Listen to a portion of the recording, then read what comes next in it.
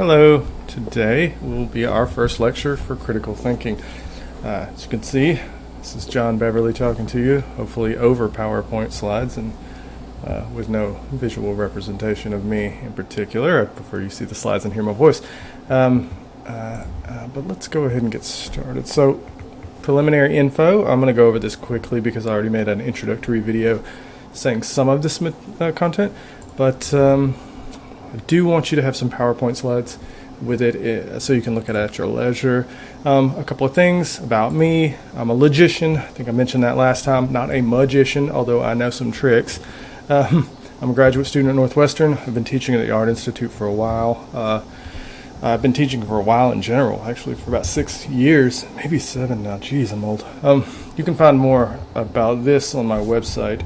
There's a link there. Just type in my name and then the obligatory.com. I also consult at various places using my formal background. Blender Logic, it's a logic company.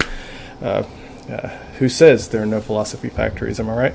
We work in ontology, which is basically building controlled, structured vocabularies for data scientists. I'm a member in particular of the National Center for Ontological Research. Here's some stuff we're going to do in the class. This is more or less from here on out pedagogy content. This class is oriented towards teaching you problem-solving skills and strategies. I'm going to expect that you solve problems posed in class in small groups or breakout rooms, and I'm going to pitch problems. I'm going to assign groups randomly, and I'm going to jump around to groups to provide guidance. I think group work is perfect. It's probably how most classes should be taught. It lowers tension, lowers the sort of power dynamic that's implicit between instructor and students. And I think you're generally probably more likely to be comfortable talking to one another, especially on a tough problem, than you are to just me while the rest of the class watches. This is a lot different, or probably even more intense in class. If I were to walk up to you and be like, solve this question, right? Just out of the blue, in front of everybody. That's a high tensity situation. Oh, my cat has decided to join us. Hi, Otis. You gonna make an appearance? You gonna let me? Okay. So she's already bored. Now the puzzles themselves are gonna generate tension. And one of the skills you'll be learning in this class is how to manage discomfort when presented with tough problems. There might be times when the course seems a little unstructured or confused. You'll need to trust that I'm guiding you in the right direction. I've been doing this for a while, and building tension and discomfort in class is part of the point. I don't mean I'm going to make you feel uncomfortable in a sort of in any hopefully in any inappropriate way. What I mean is I'm going to make you feel frustrated and stressed out the way you will when you are exposed to tough problems in the wild. In a lot of classes like this, in critical thinking, that is, professors will give you these sterile problems, these abstract problems that are related to the real world, but then you're asked to solve them on your own in a relaxed environment where you don't have to think very hard. That's not really how problems arise in the real world. Problems arise more like scenarios which you probably heard about, Google interviews, where you're in an interview and somebody gives you a tough, challenging problem to solve, and you have to do it on the fly. That's more like the sort of way you'll experience problems or puzzles in your daily life than it would be if they were just presented sterilely in a comfortable, relaxed environment. So I'm basically going to teach you how to solve problems in the way you would experience them using the skills we cover. One of the ways to help break tension in general is going to be by meditating. I'm gonna have you meditate whenever we meet, and at the beginning of whenever we shift over to a different topic in a lecture. I'm going to ask you to meditate. I want you to think of this as a way to cleanse your cognitive palate, as it were. I want you to take the meditation seriously. It's very important. It's been associated with lots of cognitive and health benefits, and it will not be very long, but it is going to be a great way to center you, to get you to focus on a problem, and let go of other problems you might be working on. Lots of the time people will get distracted while they're trying to solve a problem. This is your brain trying to be more comfortable. solving problems is not easy. Your brain is kind of inclined to do easy things, or when it can, we don't like seek out difficulty. Distraction is sometimes a way in which we do that. We try to solve a hard problem, make no progress, and we're like, oh, look, bird. And that's a lot easier to do than solve some of the problems that we'll cover in class. But I want you to center, meditate, focus, and we'll get through it together. Now, I also use spaced repetition, specifically in discussion boards and homeworks. This is like a way in which I spread the material out over the course in sort of a strategic way and ask you to recall information from your long-term memory without using your notes. The more you do this, the stronger the connections will be between the course content and like parallel course contents, and also like the stronger your memory of the content will be. So also, it's practice. Practice makes perfect. And I don't want you to spend a lot of time outside of the class thinking about the strategies. I want you to just spend time in class doing that. And if you follow the sort of like spaced repetition outline, the meditation, the other like the practice that we do in class, you're going to build those long-term memory associations and turn these into like these strategies into habits of thinking, which is what the goal of, that's the goal of this class, honestly. Like, I want you to build good habits. This massages the info into your brain. Think about this. Have you ever written a paper on a topic you knew lots about? Probably. I bet it was easy to write and was relatively good. Contrast, have you ever written a paper on a topic you didn't know a lot about? That was probably not the best paper, and I bet it sucked to write. I don't want you to have to remember a lot of stuff. I don't want you to have to think about what to remember. I want it to occur to you, just to come to you whenever you're like exposed to a problem in the wild. And that is a level of knowledge that's habit-based, not like specific content-based. So I want you, when you're exposed to problems or puzzles in the wild, for it to be like writing a paper you know something about already, rather than thinking, God, well, is that a fallacy? Wow, oh man, I got to think really hard about that. If you're doing that by the end of this class, then I didn't do my job. Okay, so sum here: spaced repetition conveys content to your long-term memory, in just the way I'm hoping to get it, like it's something you know a lot about by the time you've finished the course. Now, and and the content, hopefully, ideally, will just like be there in the way, whatever you're an expert, the knowledge or content about whatever you're an expert in is just there in your mind. Okay, so I mentioned discussion boards and homeworks. We're going to do the discussion boards in class. So I'll be there to answer questions. They're largely about summarizing material, tracking your progress, and making connections. I want you to be as honest as possible, no judgment. I want you to tell me what you learned and what you didn't. I want you to tell me if anything changed your mind or not. And we're going to revisit these over and over again. And this will be a good way for you to track yourself and for me to track what you're getting out of this. You'll have a week to do the homework too. Please do it before we meet. It's going to be challenging. It's going to be tough. I will discuss the answers in class if you want, and if there's enough interest, I'll post videos covering details of the sessions for those of you who aren't able to make it. Okay, so now on to the content. What's this? Description versus normative. First, as you'll become accustomed to, we're going to meditate. Now, I have some slides here. What I'm going to do is, instead of like each time run through meditation in this lecture, to save time, I'm just going to direct you to the meditation video that I'm going to post, which there'll be a couple of them. One of them will be Leaves on a Stream, one of them will be Loving Kindness. They're strategic. Please, I'll do the one I assigned during the lecture, but basically I'll just say I'll punt that for another video. So at this point, to illustrate, I would say pause, go get meditation, Leaves on a Stream, and then go follow that. It's less than 2 minutes, and then come back. Okay, so I'm going to skip through that, and we'll hop right over here into System 1 and System 2, assuming that you've done the Leaves on a Stream meditation. If you haven't, go do it. I'll wait. No, I'm kidding. Here we go. System 1 and System 2. Generally speaking, We need to be able to provide intuitive responses to problems we experience in the real world. It's not just that, like, not all problems are solved that way. This is largely true for, like, new problems and for analytic problems. When we meet, I'm going to be talking about a bat and a puzzle, or a bat and ball puzzle. It's what we call an analytic problem. It's one that requires a precise answer, and it has no room for error. This is the sort of thing you'll see in a math class. Sorts of problems in math classes, like algebra problems, those are going to fall under analytic.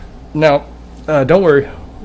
You can revisit this later and think about the connection between what I'm saying here and the bat and the ball puzzle. Don't worry. Again, I'm going to encourage that by, I don't know, discussion boards. What was it? You'll see more. Look, but for right now, researchers have suggested that a plausible way to understand cognition is by way of two distinct systems which operate in parallel during your reasoning. System one, it's intuitive, it's fast, it's coarse-grained, make quick decisions. I'm sorry, that's system one. System two is methodological, it's slow, it's fine-grained, it's real careful in the details, but it takes a while. So system one is going to give you answers to problems like this. So I did say a minute ago, sort of analytic problems are going to fall in or be associated with math problems, and it's true. But even among math problems, some involve a different sort of reasoning than others. So in this case, system one, intuitive, fast, coarse-grained. What's the answer? You didn't have to think about it. That's the important part. You know the answer to this without reflection. Now, what about this? System two, methodical, slow, coarse-grained. You gotta run the algorithm, right? You gotta do the number crunching, unless you memorized it. I mean, I don't know off the top of my head. If we were only equipped with just system two, a careful, methodical thinking, we would have never survived evolutionarily. If we were only equipped with the first system, we would have never developed things like technology. That requires careful, detailed, precise thinking. Now, this is reductive. In truth, we need both systems for development and survival. We need system two to develop, also to develop technology. Let's see, the discovery of DNA is a good example. It popped out like a moment of insight to Crick, right? And similarly, we need system one if we were gonna survive evolutionarily. We need to be able to sharpen weapons, for instance. So both of these things are going to be, or systems, these proposed or theoretical constructs are needed, presumably, for us to both survive and thrive. Now, we're at the stage in our development where we need to be intentional about when to use which. Think about this. Expert tennis players, they shouldn't be thinking about how exactly to swing a racket. They should just swing, right? They don't have that kind of time, right? Lots of things are happening at once. It would be a waste of their effort to really reflect on how exactly should I hold the racket. This is like that old fable of a millipede. Somebody asks a millipede that can talk, apparently, how do you walk? And immediately it collapses, right? Too much to navigate. But similarly, you also shouldn't spend a lot of time thinking about how you put one foot in front of the other, right? You just walk. That's what you do. You have expertise if you're able to walk. You have expertise in that. You have expertise in lots of things. If you're able to use your hands for fine-grained, knitting, right? That is expertise. That's something you develop over time, and you probably don't think a lot about it when you're doing it. At least maybe some of the simple tasks. I think very carefully about it because I'm not good at it, right? Or if you're playing an instrument, or more likely in maybe painting or sculpting or something, there's expertise involved. And if you thought really hard about it, then you wouldn't be able to do it so well. But there's expertise everywhere. Okay, that's the point here. One of the strategies we'll be developing in the course is identifying sort of system one heuristics, the sort of intuitive judgments that you can trust, because you can't trust all of them, but you can trust lots of them. Another is to teach you when it might be a good idea to rely on slower methodical thinking. as like a sort of methodological conceit here, I think developing system 2 thinking should always, if it's useful, be the goal, with the goal of making it system 1 thinking. This is all I mean by saying like careful, rigorous, analytical thinking. The goal of using that should be to develop, to make it like intuitive, so you don't have to reflect on it. And that's part of the time saving I'm gonna be proposing, or time saving measure I'm gonna be proposing in this class. Like hard, rigorous, analytical thinking over and over again. If you try and practice, at some point you won't have to think about it. When I see puzzles, I don't have to think very carefully about lots of them. I just kind of like know what to do. I'm a logician. I do proofs for a living.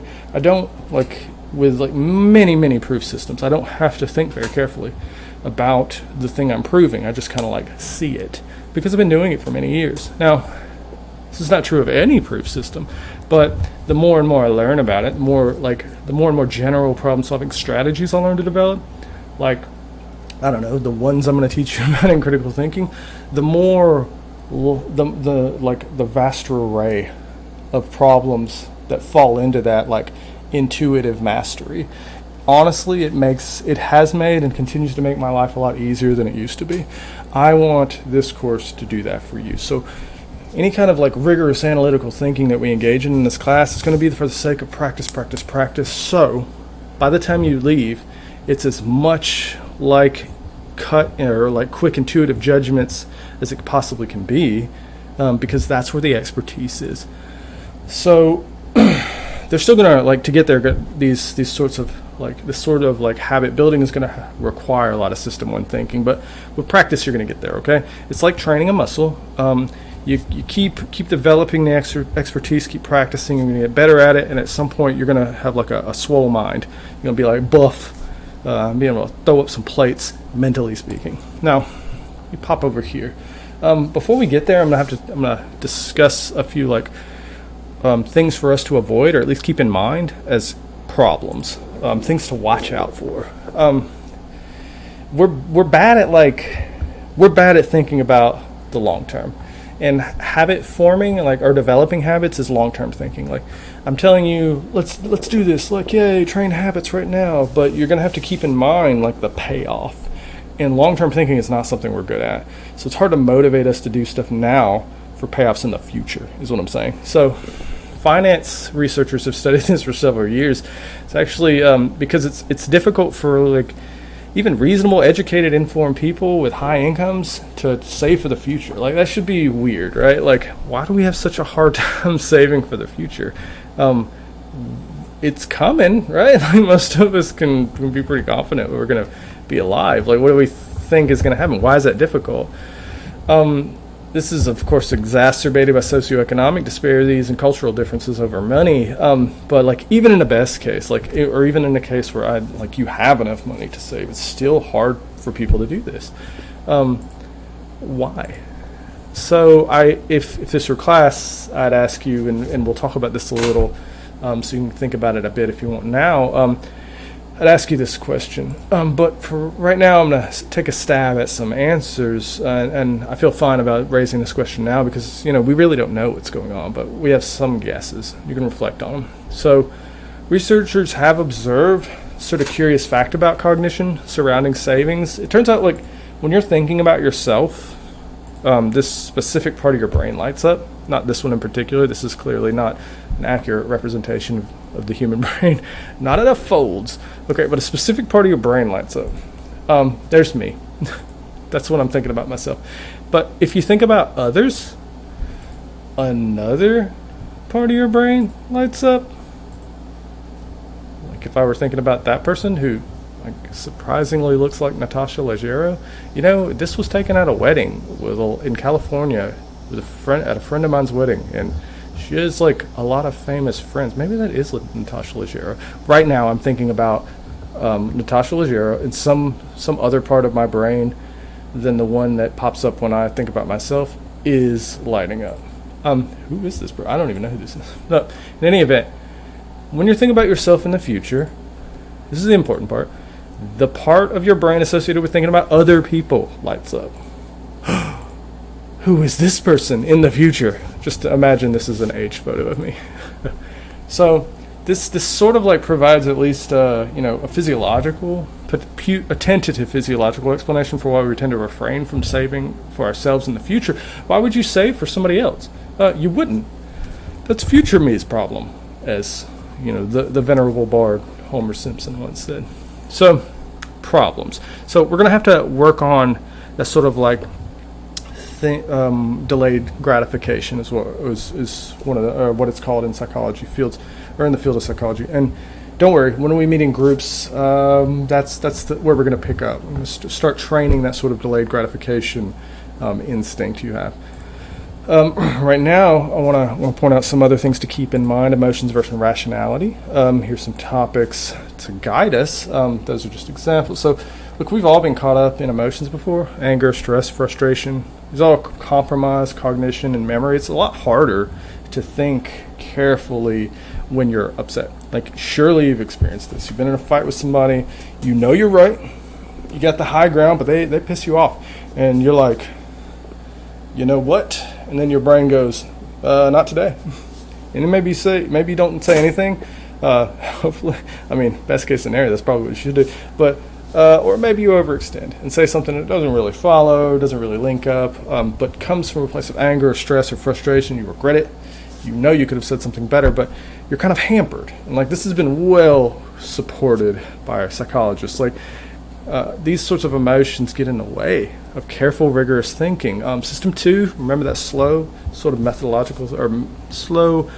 methodical thinking doesn't operate well under these conditions, much like a computer doesn't operate well when it's hot.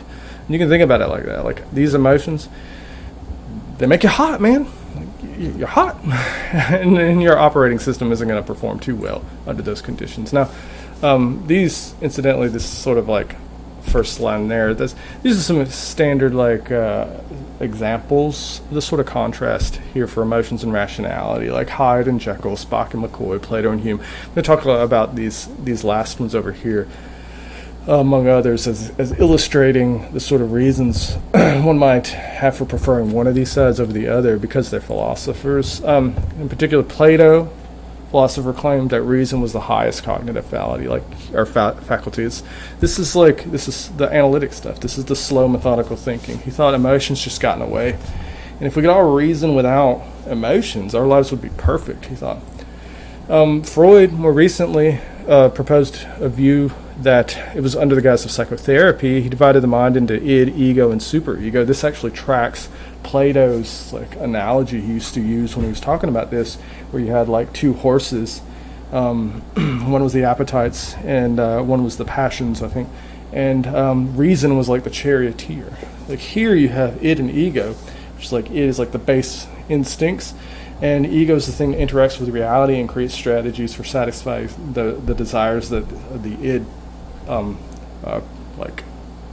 it's weird to say id wants, but like that emerge from the id. And then the superego is like the moral check on both.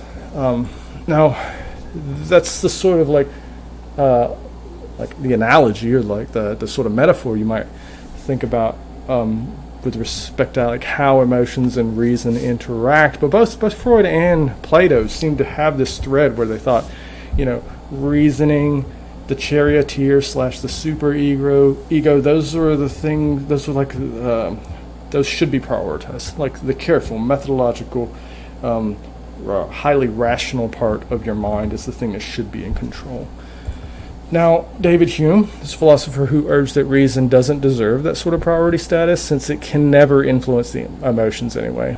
He used to say it's not inconsistent to prefer the destruction of the world to the pricking of my thumb. Like, and by inconsistent, he means logically inconsistent. He's like, there's no contradiction here. It's just like emotion is not the sort of thing that can be influenced by logic, is the point.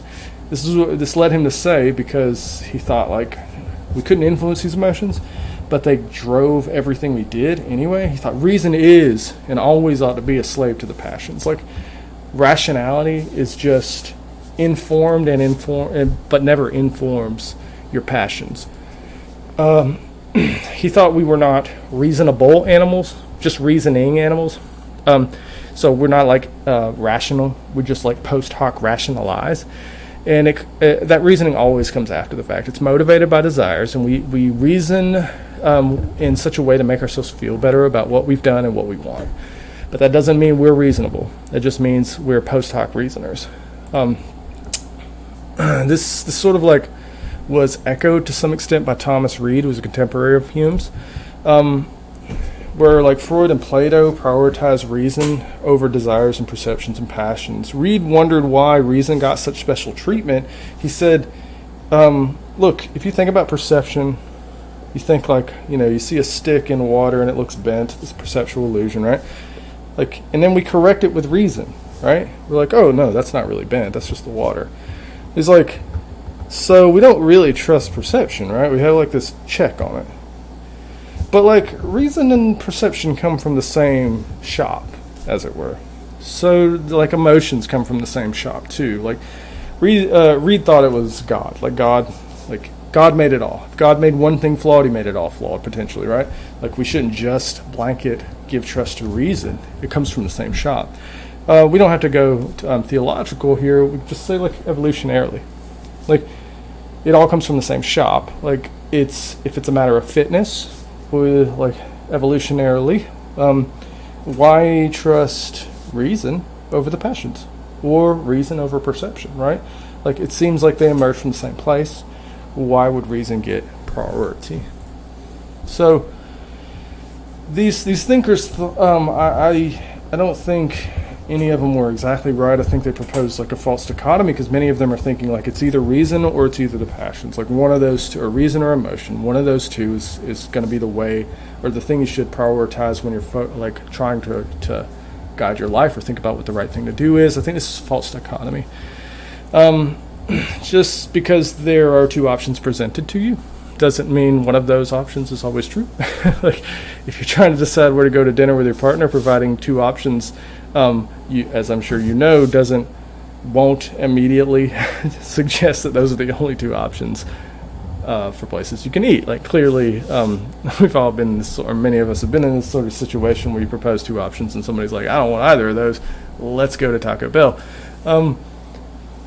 Incidentally, if you just offered one they didn't like, you'd be in a lengthy discussion about where to eat. But the point here, though, is false dichotomy. This sort of reason versus the passions, reason versus the emotions, just a false dichotomy. There's another option on the table, namely both. Both are important.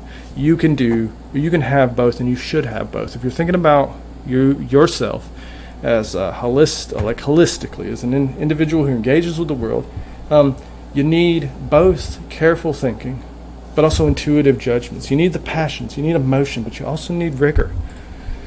So I don't think we should prioritize one or more of these aspects of the mind. I think it's silly to do so. It really is, to me, it's like dehumanizing. Like I'm not going to spend a lot of time trying to make you logical, because you are also an emotional creature. We should hone that and own it, right? It's part of us. So one way to point some of the importance out here is this researcher named Damasio, who worked with people who had parietal lobe damage. If you're familiar with Phineas Gage, he had like a railroad spike that was shot through this part of his brain. He lived. He was fine for the most part, except the damage in his brain sort of made him cold and difficult to talk to, and he had a hard time planning for the future. So people with this sort of damage, typically they have like perfect executive function, which is to say that they can reason carefully, rigorously. They got that system 2 stuff down, but they have a hard time valuing things.